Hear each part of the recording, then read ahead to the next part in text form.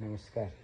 आज कार्तिक 1 गते दिउँसो 1:23 कार्तिक कृष्णको द्वादशी, 1:23 पछाडि कार्तिक कृष्णको त्रयोदशी तिथि।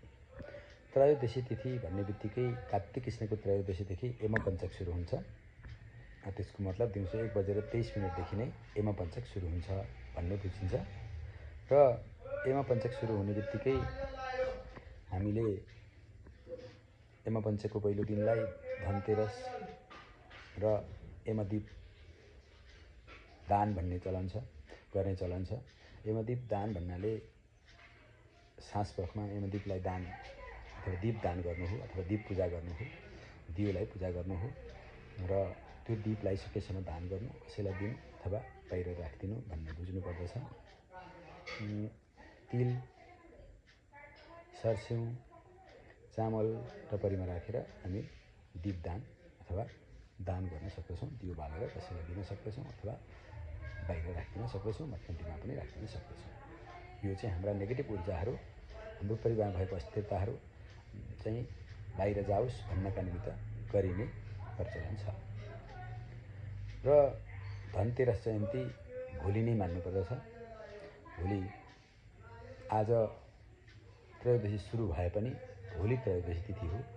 त्यसले हामीले अरू त्रयोदशीमा तिथिमा गर्ने धन्वन्तरी जयन्ती भोलि नै मनाइन्छ र भोलि काग तिहार पनि हो। कागको पूजा गरिन्छ, गर्नुपर्दछ। कागलाई आह्वान गर्ने, पूजा गर्ने, कागलाई मिष्टान्न आदि खाना दिने, पूजा गर्ने हाम्रो चलन छ।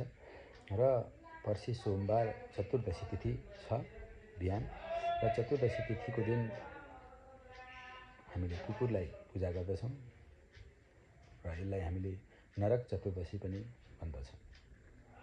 त्यसलाई हामीले यो दिन कुकुरको पूजा गर्ने र त्यही दिन दिउँसोदेखि औँसी लाग्ने भएकाले र औँसीको रातमा लक्ष्मी पूजा गर्ने हाम्रो परम्परा अनुसार त्यही सोमबारको दिन, पर्सि सोमबारको दिन नै हामीले लक्ष्मी पूजा गर्नुपर्ने हुन्छ, गर्नुपर्दछ र बेलुका हामी लक्ष्मी पूजा गर्न सक्छौँ। र दीप बाल्छौँ, बत्ती बाल्छौँ, घरलाई उज्यालो बनाउँछौँ, लक्ष्मीलाई आह्वान गर्छौँ र यही बेलामा हामी भैलेनी खेल्ने हाम्रो चलन पनि छ। भैली खेल्न हामी सक्छौँ, रमाइलो गर्न सकिन्छ।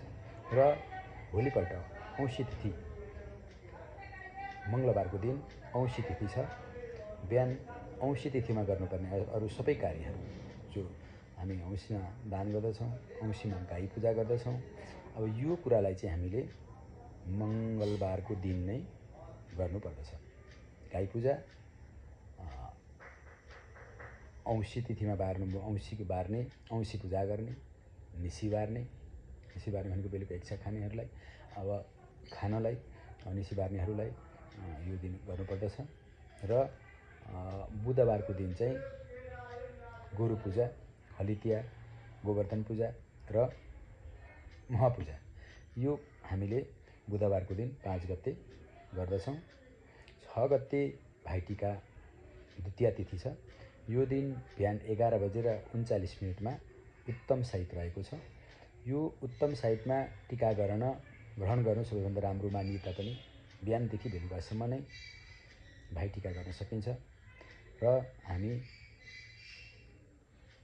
गाई तिहारको दिन भैली खेल्ने, हली तिहार र भाइटिकाको दिन देउसी खेल्ने हाम्रो चलन छ। त्यही अनुसार हामी देउसी खेल्न सक्छौँ, रमाइलो गर्न सक्छौँ